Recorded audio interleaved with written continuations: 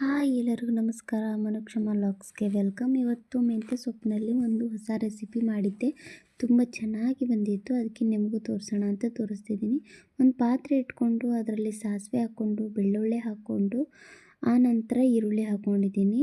ಈರುಳ್ಳಿ ಎಲ್ಲ ಚೆನ್ನಾಗಿ ಬೆಂದಾದಮೇಲೆ ಅರಿಶಿನ ಪುಡಿ, ಖಾರ ಪುಡಿ ಮತ್ತು ಉಪ್ಪನ್ನು ಸಹಿತ ಹಾಕ್ಕೊಂಡಿದ್ದೀನಿ.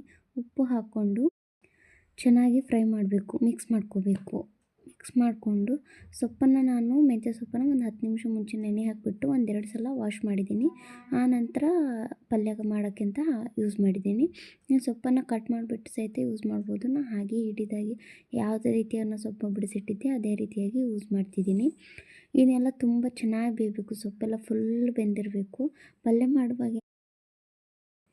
ಪಲ್ಯ ಮಾಡುವಾಗೆಲ್ಲ ಬೆಂದಿರುತ್ತಲ್ವ ಅದೇ ರೀತಿಯಾಗಿ ಬೆಂದರೆ ಸಾಕು.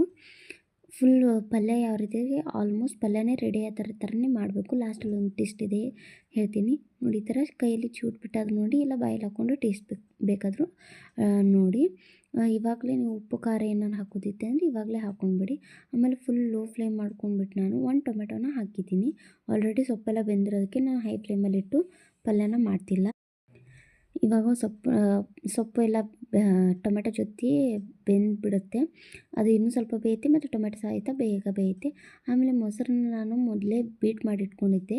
ಲಂಪ್ಸ್ ಇಲ್ಲದೆ ಇರೋ ಥರ, ಗಂಟು ಇರೋ ಥರ ಇಟ್ಕೊಂಡಿಲ್ಲ. ಫುಲ್ಲು ಸ್ಮೂತಾಗಿರೋ ಥರ ಬೀಟ್ ಮಾಡಿ ಇಟ್ಕೊಂಡಿದ್ದೆ. ಆಮೇಲೆ ಇದು ಪಲ್ಯ ಎಲ್ಲ ರೆಡಿ ಇದೆ ಅಲ್ವಾ, ಅದಕ್ಕೆ ಹಾಕ್ಕೊಂಡು ಫುಲ್ ಲೋ ಫ್ಲೇಮ್ ಮಾಡಿ ಹೈ ಫ್ಲೇಮಲ್ಲಿ ಇಟ್ಕೊಂಡು ಮೊಸರನ್ನ ಹಾಕಬೇಡಿ, ಒಡೆದು ಹೋಗ್ಬಿಡುತ್ತೆ ಅದೆಲ್ಲ. ಚೆನ್ನಾಗಿ ಅನಿಸಲ್ಲ ತಿನ್ನೋಕ್ಕೆ ಟೇಸ್ಟ್ ಅದಕ್ಕೆ. ಆಮೇಲೆ ಒಂದು ಸ್ವಲ್ಪ ನೀರು ಹಾಕ್ಕೊಂಡು 1 or 2 ಮಿನಿಟ್ಸ್ ಅಷ್ಟೇ ಬೇಯಿಸಿದರೆ ಸಾಕು. ಒಂದೇ ಕುದಿ ಬಂದರೆ ಸಾಕಾಗುತ್ತೆ.